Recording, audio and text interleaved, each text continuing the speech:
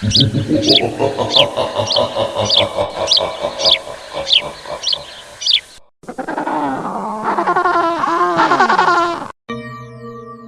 के ठीक 12 बज रहे हैं। चारों तरफ सन्नाटा है। अगर आप ये कहानी इस वक्त सुन रहे हैं तो एक बात ध्यान में रखिए, कुछ कहानियां सिर्फ डराने के लिए नहीं होती, कुछ कहानियां चेतावनी होती हैं। और ये कहानी भी एक ऐसी ही चेतावनी है। ये घटना है हरियाणा के मेवात इलाके की। एक ऐसा इलाका जहां आज भी कई जगहों पर रात होते ही लोग बाहर निकलने से बचते हैं, क्योंकि वहां कुछ ऐसी चीजें हैं जिन्हें लोग समझ नहीं पाते। आरिफ 26 साल का एक सीधा सादा लड़का जो अपने परिवार के साथ एक छोटे से किराए के घर में रहता था। घर छोटा था और किराया ज्यादा, इसी वजह से वो लोग नया घर ढूंढ रहे थे। काफी दिनों की तलाश के बाद उन्हें एक घर मिला, गांव के बिल्कुल किनारे पर। पहली नजर में वो घर बिल्कुल सामान्य लगा। पुरानी दीवारें, हल्का सा टूटा हुआ दरवाजा और ऊपर एक छोटा सा कमरा जिसका दरवाजा बंद था हमेशा के लिए। जब उन्होंने घर के मालिक से पूछा तो उसने सिर्फ इतना कहा, ऊपर वाला कमरा मत खोलना। कोई वजह नहीं बताई, कोई एक्सप्लेनेशन नहीं, बस एक अजीब सी घबराहट उसके चेहरे पर थी, जैसे वो खुद भी उस कमरे से डरता हो। शिफ्ट होने का दिन, सब कुछ सामान्य था।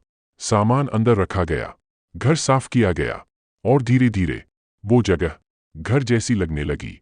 लेकिन एक अजीब सी बात थी जिसे हर कोई महसूस कर रहा था, लेकिन कोई बोल नहीं रहा था।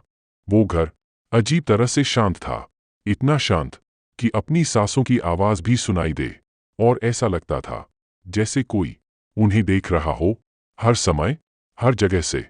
पहली रात सबने सोचा ये सिर्फ वहम है, नई जगह है इसलिए ऐसा लग रहा है। लेकिन तीसरी रात सब कुछ बदल गया। रात के करीब 2:30 बजे अचानक आरिफ की छोटी बहन चीखते हुए उठी। उसकी आंखें खुली हुई थीं, लेकिन वो कहीं और देख रही थी, जैसे उसके सामने कोई खड़ा हो। वो बार बार कह रही थी, भैया, वो यहाँ है, भैया, वो यहाँ है। उस रात के बाद घर में कुछ भी नॉर्मल नहीं रहा।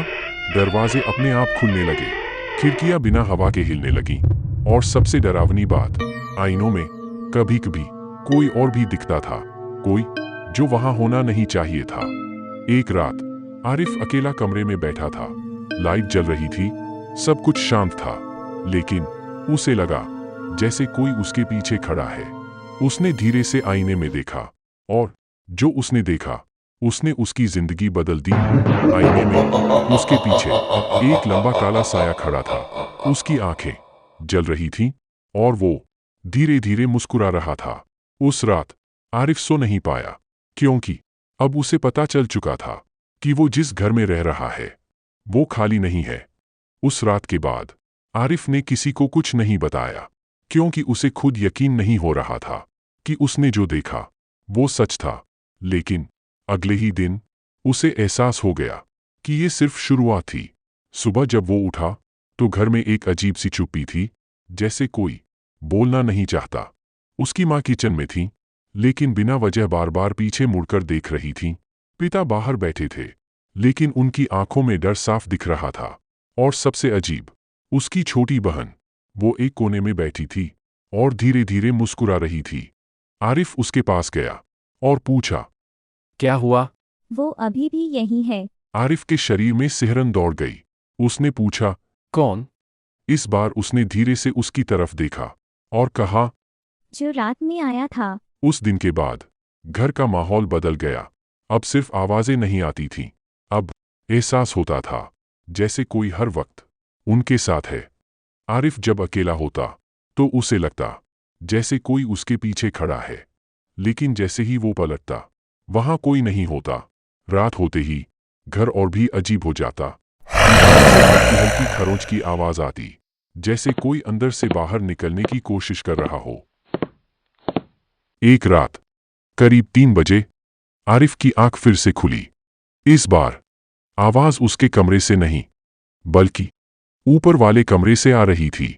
लेकिन फर्क ये था, इस बार आवाज सिर्फ चलने की नहीं थी, कोई बोल रहा था, धीरे धीरे, जैसे कोई दो लोग आपस में बात कर रहे हों।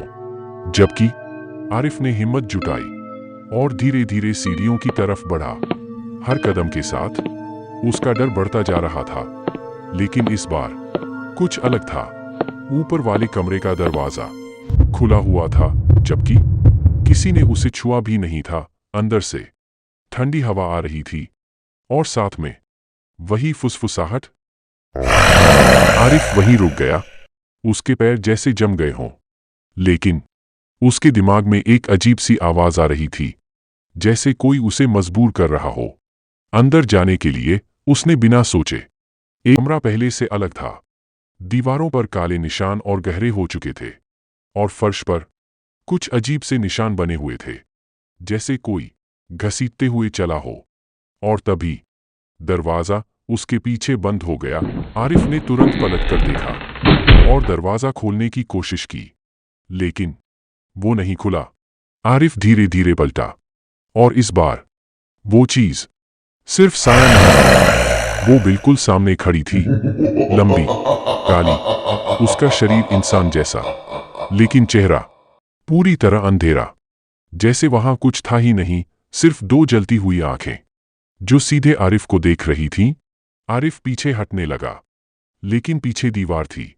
वो फंस चुका था। वो चीज धीरे धीरे उसके पास आई और बहुत करीब आकर फुसफुसाई, तुमने मुझे जगा दिया, अब तुम जाओगे नहीं। आगे क्या होता है देखते हैं नेक्स्ट एपिसोड में।